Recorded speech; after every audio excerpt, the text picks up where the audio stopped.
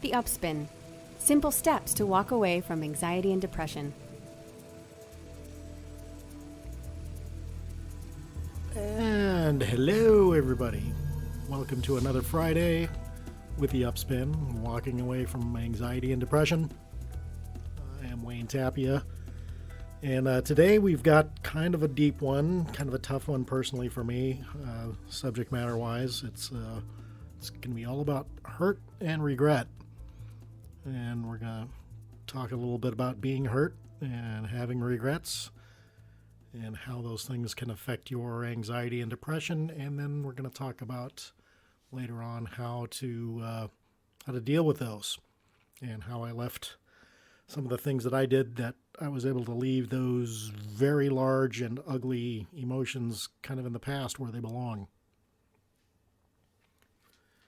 I mean, even though they are in the past where they belong, it's still a little difficult for me to talk about some of this stuff. So if I pause a little bit here and there, or if this edit seems a little choppy, maybe I was having to piece something together, because, being hurt and having regrets, those are very powerful emotions. Or, well, being hurt really isn't an emotion, but the aftermath of being hurt can leave you with some very powerful emotions, depending on who hurt you, how you are hurt.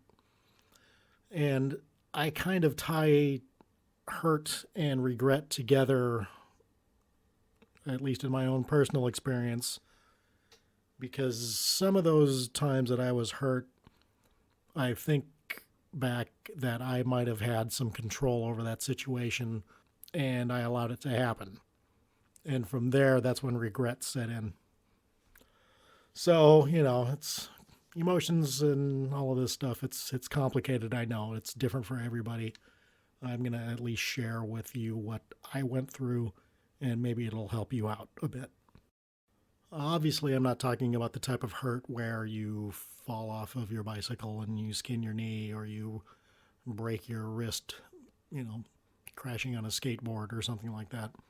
I'm talking about the kind of hurt that everybody knows. You're shunned, or somebody makes you feel less, or you're gaslit and you're made to feel horrible about yourself. My history of it, I'm not going to go too deeply into it, because we all have our own story, but I just want to let you know that I definitely do have experience in this. I'm not just some academic talking about this stuff. I come from the trenches of being on that cliff looking down at the rocky bottom. My hurt stems from childhood traumas, mental and physical and sexual abuse, just being made to feel inadequate for, a lot of my years, just by various people.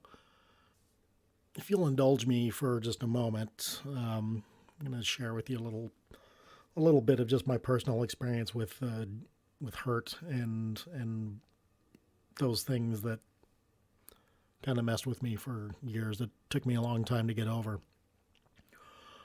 When I was, maybe about 10 years old, I was kind of forced to watch someone very close to me basically being, physically abused, and I was not really allowed to leave the room or even say anything. I just basically had to sit there and take it. And while I wasn't the one being beat up, it was still just very deeply terrifying. And for decades, literally for decades, up until maybe just a few years ago, I used to regularly have recurring nightmares about that scene in my head. And I think about it every once in a while, and it's difficult to even talk about. It's difficult to think about, but it's just one of those kind of indelible moments that was immediately burned into my head, and it's possibly one of the most negative things that I've ever had to deal with on such a long scale, consistent basis. Over the years, the nightmare would kind of morph into different things. It started off as just kind of a replay of the scene as it played out, and then later years after I had children, I turned into the aggressor, and my children were the ones that were getting kicked on the floor. And there I was in the third person watching this, unable to do anything about it, feeling the same terror, having that same terror played out. And you wake up with the cold sweats, and drugs and alcohol would probably follow that. Just not a good scene, not a good thing to deal with as often as I had to deal with. Another thing that really hurt me in the long run, and I guess it wasn't really, as immediate of a hurt as, watching the abuse or receiving that kind of abuse, is the chipping away and the degradation of self-esteem and self-worth. This was something that went on in several different stages throughout most of my life until I was able to kind of get away from those people that were kind of driving that narrative into my head that, I wasn't worth it, or I was lacking somehow. Because the thing is, after so many years of people telling you that, and with nobody in your corner to kind of help defend you, or to help push back, you might start believing that. And that's a really horrible thing. That's where depression and anxiety and all of that stuff can really just ramp into runaway mode, high gear, is when you have no self-worth whatsoever. And that's where I was. That's where I ended up like 5 years ago when I was standing on the cliff looking out over Snoqualmie Falls, ready to throw myself over. You don't want to be there. Trust me, you don't want to be there. And now, if any of you actually feel like I felt that day, first of all, stop what you're doing. Or stop thinking that, at least. Get somebody on the phone, whether it's a parent, a friend, a family member that cares, somebody that you trust. If you can't really find anybody, there's the National Suicide Prevention Hotline you can always call, 800-273-8255. They've got people there that'll help you. I've called them once or twice. So, with that aside, let's talk a little bit about regret now.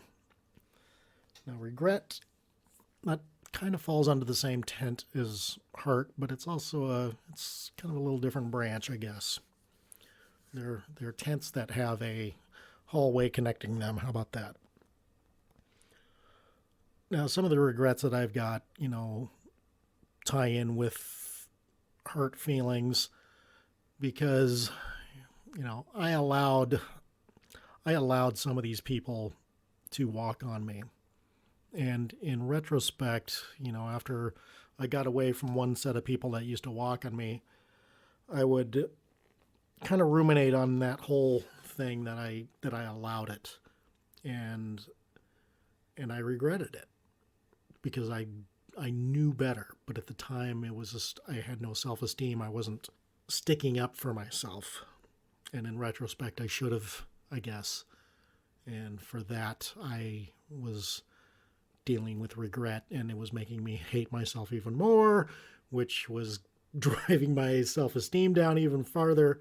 You see what I mean? The vicious circle downward, the vicious spiral, whatever you want to call it. On top of that, there were other things that I did, actions that I did that hurt other people.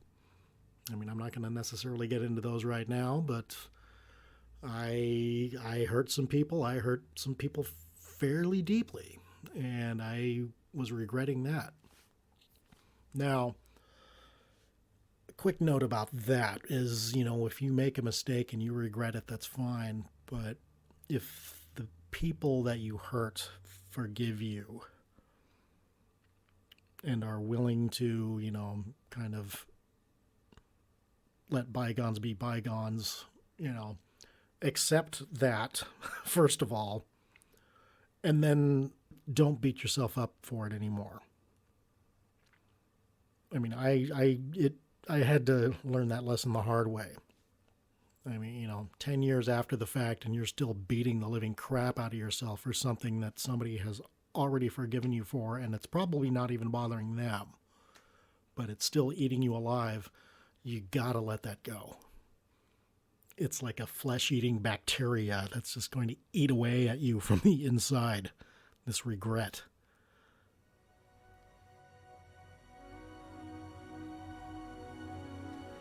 I am not a medical doctor. The techniques and procedures described in this podcast are not intended to replace professional medical advice or doctor-prescribed medications.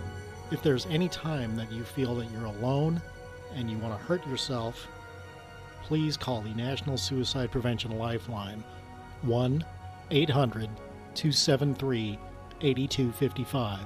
You're not alone. Okay, so I've kind of brushed on the subject of hurt and regret a little bit. And first of all, I just want to say, by no means am I trying to compete with anybody's situation out there. I'm just telling you what my personal experience was.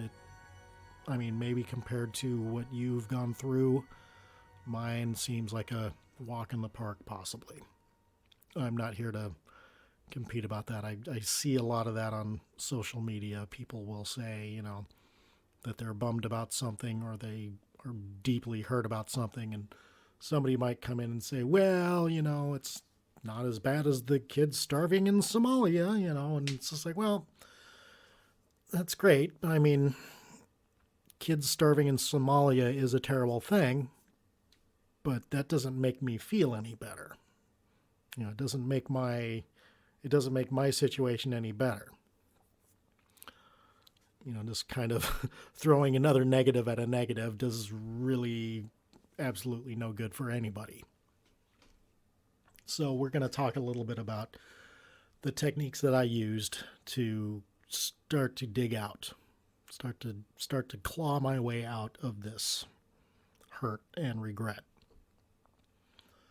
Now I'm going to piggyback this on episode 2, which was all about meditation. I'm going to put some links up to more information about meditation, mindful meditation, and just kind of being able to reach a calm center of consciousness for yourself.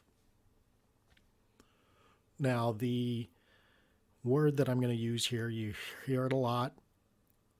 It might be overused a little bit, or it might sound a little hippy-dippy to you. I don't care. It's gratitude. All of this is going to be built on gratitude.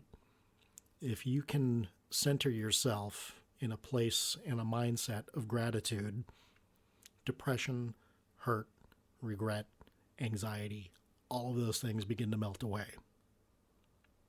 It sounds kind of simple, maybe oversimple, but in the big picture, it kind of is that simple. So what I want you to do, even if you're just really completely wrecked, bummed right now, is think about that one person or maybe a pet or something in your life that you love unconditionally. We're going to go back to this unconditional love because that's part of gratitude. And think about why do you love this person? Or why do you love this pet? What makes you happy when they are around you? And when you figure that out, you just have to be grateful for it. All you have to do is just think, well, I'm glad. You have to just feel a little happiness that this puppy makes you feel good, or this person is always there to pat you on the back and makes you laugh or whatever. It could be something as simple as that. It could be even simpler than that. It doesn't even have to be that deep. It can be, well, I really appreciate that person that I work with, because when I come in, they always compliment me on my footwear, and if that makes you feel good, use that. Grab onto any shred of gratitude you can hang on to, anything you can get your nails into. That's where we're going to start. And in your meditations, before you start your meditations, you get everything kind of calm and ready to go. Just kind of think of that gratitude, and use that gratitude to help you focus, and focus on the gratitude you feel for that person while you breathe. And that gratitude is kind of like a little force field against depression. Because if you're feeling gratitude towards something, you're not going to feel depressed. Or at least you're not going to feel as depressed. Because you'll have a little light in the darkness for yourself. Well, that sounds really easy. Let's take a couple other little cognitive exercises here. If you find yourself ruminating on maybe a specific person or a specific event, let's start with a person. If you're thinking about a specific person that hurt you, and a lot of the time the hurt comes from, at least in my case, the hurt came from the fact that they knew they hurt me, but they never apologized. And I kind of pined away years for an apology that never came. And that really bothered me. Really, really bothered me.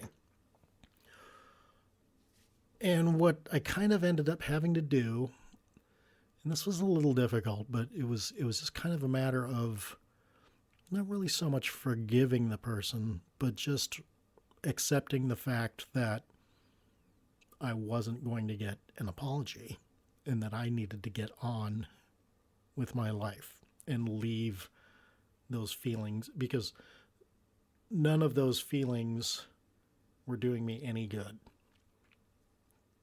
None of that hurt that I was carrying around like some precious little cargo, just waiting for an apology so I could spill it out or something. I don't know why I was holding on to it. I needed to just put that on the floor and walk away from it. Metaphorically speaking. Plus, you may have heard this phrase before, but all of that kind of concentrating my energy on this one person to apologize, they're living in your head. They're taking up all of this time and energy living in your head, and you're getting angry over this person that hurt you. Do you think that person is thinking about you at that moment? Are they thinking, boy, I should probably give this person an apology after 7 years? No, they're probably not. They're probably doing whatever it is they do. They're living their life. And they're living in your head rent-free. You're not living in, you're probably not even on their radar. So it's time to put that baggage down. And you need to it's so much easier said than done, I know. But you have to kind of sit and tell yourself, is this worth it? Is carrying around this anger and hurt worth it? What has all of this done for me? What has all of this, carrying this baggage around done for me? It's probably done absolutely nothing positive. In rare cases, people can use that as the driving force to make them go on to greatness. But if you're depressed and anxiety ridden, that's probably not the case. You have to drop that. You have to center your thoughts around being grateful, and you need to learn to let go of negative feelings.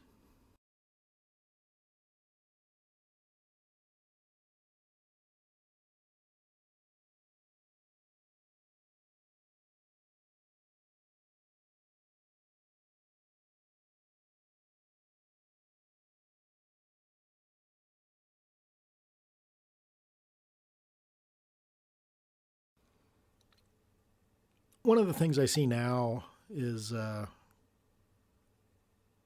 people expressing their depression or their hurt or their anxieties, all of these things on social media.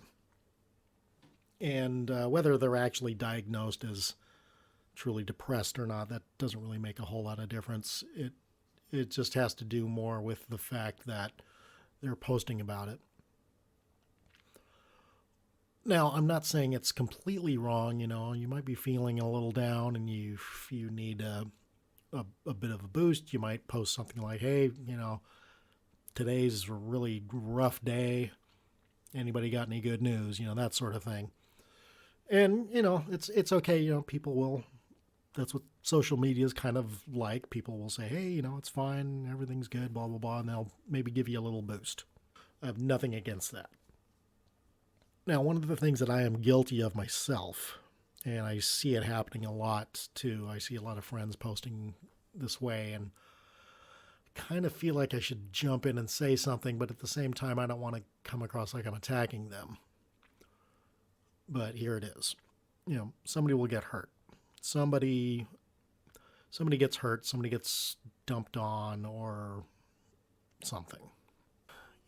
The initial event happens, and naturally there will be a flurry of social media posting where it's just the woman's very mad, puts down the guy rightfully, whatever. People will support her and stuff. But then, years pass, and the same kind of posts are still being made, and the problem with that is that there are still a few people that will say, yeah, that's right, you deserve the best. But the thing is, you're not going to get past it until you can stop reliving those hurt moments and willfully doing that, willfully bringing those memories back. Because the only way to get over something and to get past something is to get over it and get past it. Stop dwelling on it. And, social media is great for dwelling on it because, we've seen on Facebook, hey, a year ago you posted this, boom, and all of a sudden maybe you were being traumatized by something and, your social media Facebook page throws it back in your face a year later and it's like, boom, man, the memories all start over again. And, if you're not careful, you can fall back into that routine. And you gotta break that neural pathway. You gotta break that habit of reliving the bad moment. Because there are just so many good moments that you could be posting about. Moments where, something you can be grateful for, you can post about. Instead of just reliving all of the negative energy. Because, negative energy, if you go around talking about how shitty and how terrible your life is, quite frankly, your life is going to be shitty and terrible. Now, I'm not saying that, if you go around thinking about a Mercedes-Benz that's gold-plated with your name on the trunk or something, that you're going to get one of those. It might happen, who knows? But I almost guarantee that if you walk around constantly thinking that this sucks, all men suck, all women suck, everybody sucks, this life sucks, my job sucks, my car sucks, everything sucks, well, lo and behold, everything is going to suck. But if you can turn that around and start saying, boy, that was a really good breakfast. It's a kind of a rainy day, but I like it when it rains because it washes the streets. I'm going to be glad for it to be raining. Or I have a job, or something, whatever you can be grateful for. That was an exceptionally good cinnamon roll that I had with my coffee this morning. I'm grateful for that cinnamon roll. Anything you can get your nails into, and you start looking at the positive things that are happening to you in your day today, then you're going to notice more positive things happen. Here's an example of how that kind of works as far as your perception goes. Say that you want to buy a new car, and you're going to look at this particular type of car. You don't really know much about it, so you go down to the dealership, you look at the car, you look at it, you check it out, it's pretty cool, and you buy the car. Now, the next thing you know, you're driving around in your new car that you didn't really know much about, you didn't really see him that much. All of a sudden, you're seeing that car all over the place. Where your focus goes, that's where your perception lies. If your focus is on everything negative, then everything's going to be negative. If you start focusing on all of the positive things that can be happening, all of the things that you can be grateful for, more positive things are going to present themselves to you. Now, there's nothing really mystical or magical about this. It's just kind of the way it is. I don't really understand how it works that way, but it just tends to kind of work that way. Here's another kind of weird example of it. Say you hit your thumb with a hammer and your thumb is sore. And as you're going through your day to day, you keep bumping your thumb on everything. Now, on any normal day that you didn't hit your thumb with a hammer, you probably wouldn't be noticing that you're bumping your thumb into all sorts of things all over the place. It kind of works like that. I mean, this might sound completely stupid. I understand this, whatever. But that's just kind of how it is. Where you focus your energy at, that's what you're going to get back. So why not try to focus on positive things? On your social media, post rainbows, post more cat videos, post puppies. Just, like what I did. I don't know if you can remember, those of you that know me. I just started posting things, little messages that say, hey, everybody, hi, it's me. Good morning. I hope you have a wonderful day. I would say post little things like that. And the thing is, after a while, I started feeling better. I started having better days. Inexplicably, it just started happening.